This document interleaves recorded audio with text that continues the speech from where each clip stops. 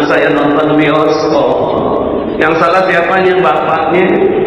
Astagfirullah. Nah, sini dulu. Ada apa sih? Kamu ke bioskop ya? Iya, Bi. Aduh, Abi yang salah. Ya Allah, Abi salah apa sampai kamu kayak gini? Maafin Abi ya nak. Mungkin ada harta Abi yang enggak bagus, subhan. Yang haram sehingga kamu jadi kayak gini. Si anak bilang gimana kira-kira kalau udah gitu ya? Aduh jangan gitu dong Bi. Ya udah Bi, aku minta maaf. Ya udah yuk sama-sama kita jadi orang baik. Ya udah Bi, makasih ya Bi. Ya ampuni aku gitu udah. Halo. Siapa yang mau jalanin istighfar kayak begini? Ya. Kalau mau jalanin istighfar kayak gini, masya Allah selesai semuanya. Karena sebenarnya hidup kita cuma dua. Hidup kita cuma apa? Dua. Mau jadi Nabi Adam atau mau jadi iblis? Udah gitu doang. Siapa mau jadi Nabi Adam? Siapa mau jadi iblis?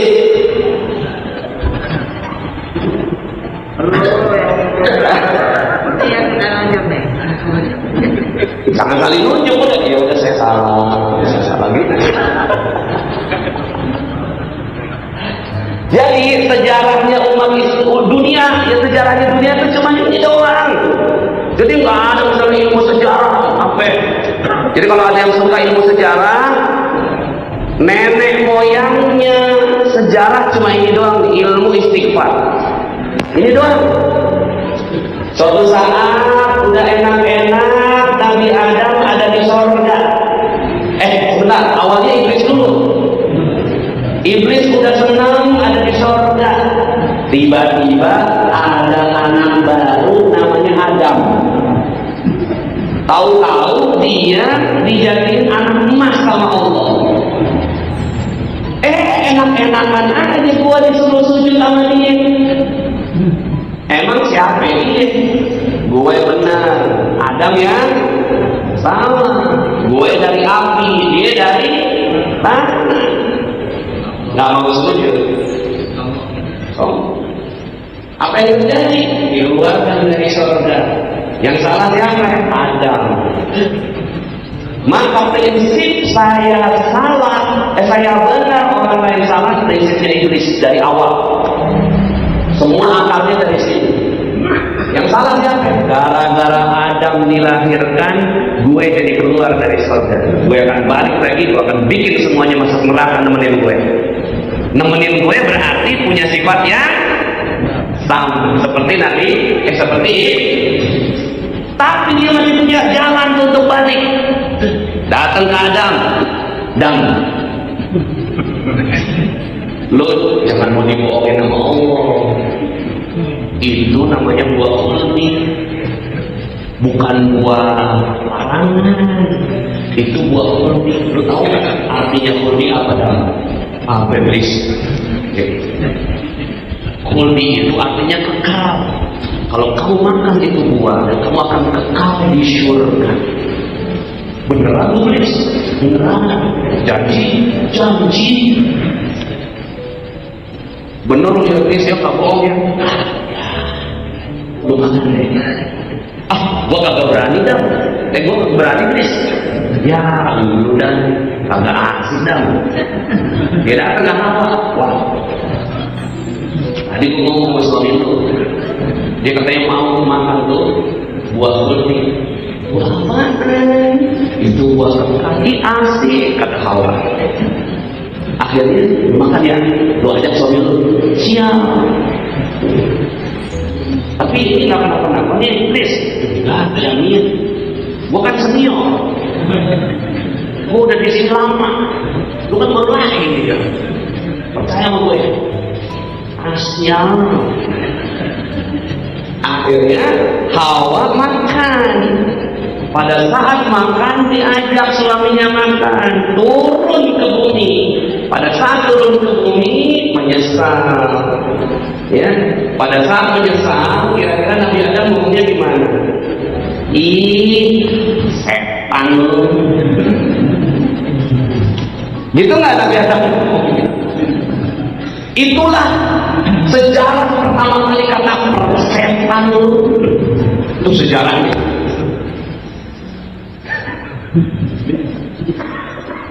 Jadi Nabi Adam nyalahin iblis, betul nggak? Enggak betul. Jadi nggak ada sejarah persetan lu, nggak ada. Makanya yang ngomong persetan lu berarti dia kagak baca sejarah. Yang sering ngomong setan lu, salah lu gimana? Dia nggak baca sejarah. Sejarahnya Nabi Adam langsung angkat tangan, Rabbana zalamna anfusana wa illam taghfir lana wa tarhamna lanakunanna minal khasirin. Aku telah menzalimi diriku sendiri.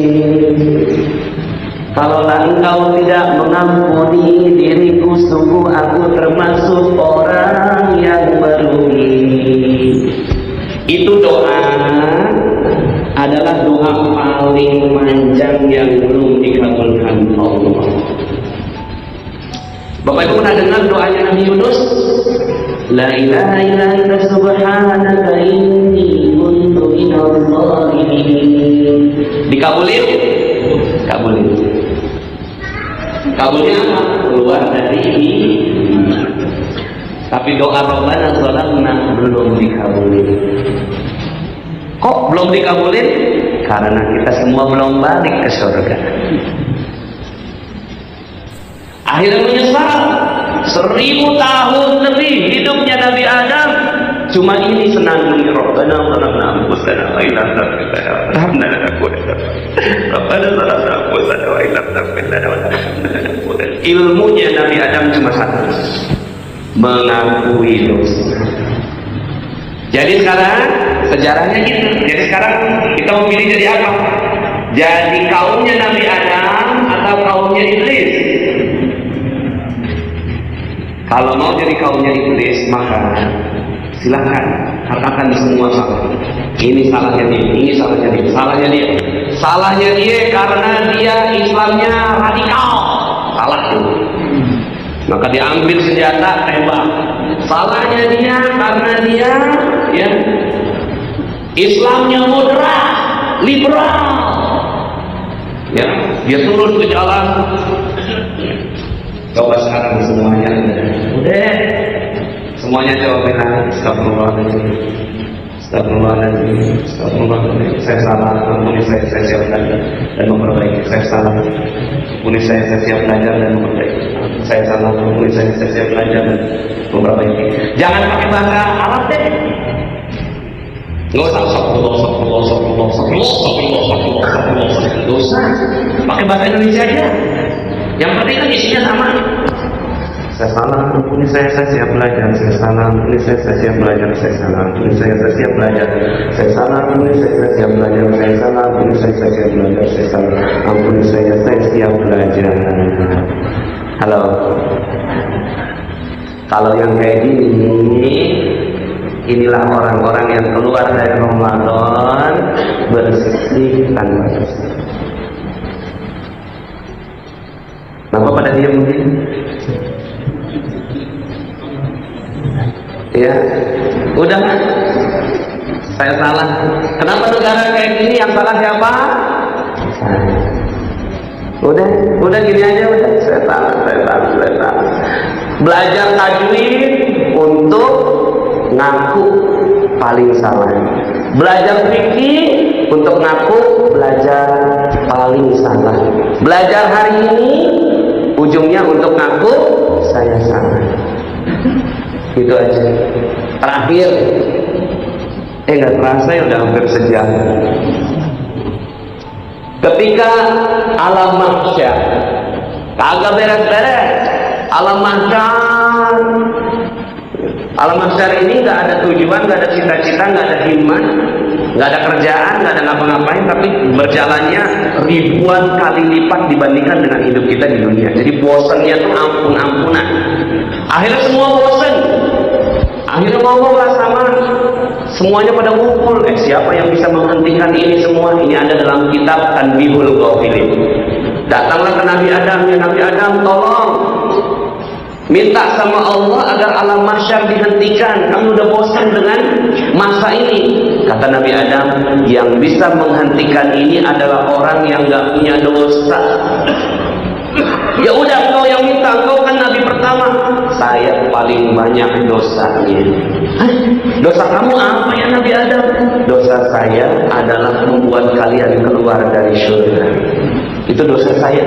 Aduh, ampun saya paling banyak dosanya. Coba ngomong sama Nabi Nuh, mungkin dia sudah diampuni dosanya sama Allah. Datang Nabi Nuh, ya Nuh, tolong hentikan ini alam mahsyar, minta sama Allah. Nggak bisa. Yang bisa menghentikan ini orang yang nggak punya dosa. Saya banyak dosa. Dosa kau apa?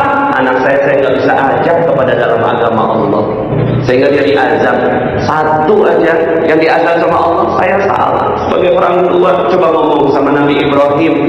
Nabi Ibrahim, tolong ini hentikan. Nggak bisa. Yang bisa menghentikan ini orang yang nggak punya salah.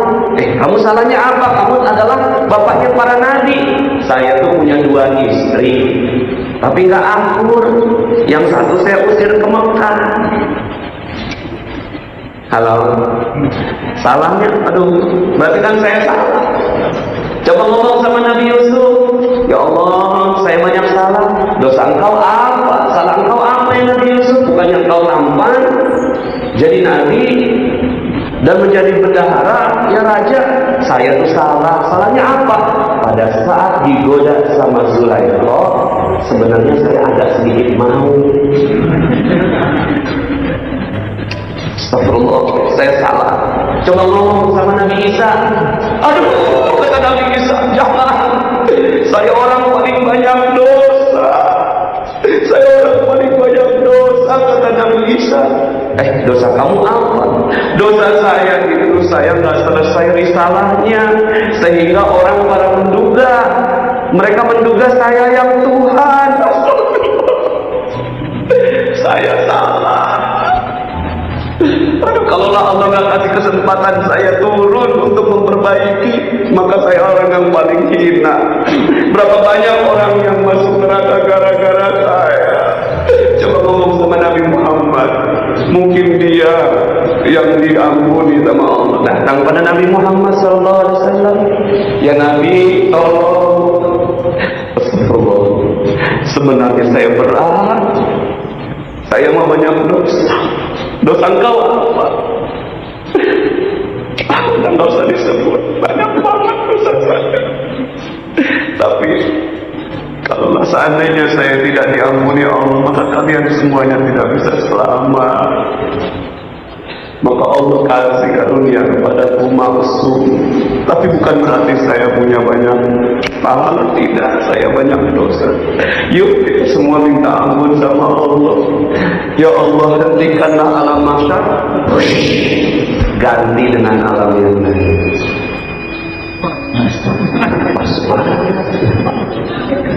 Ganti dengan alam kerja sekarang.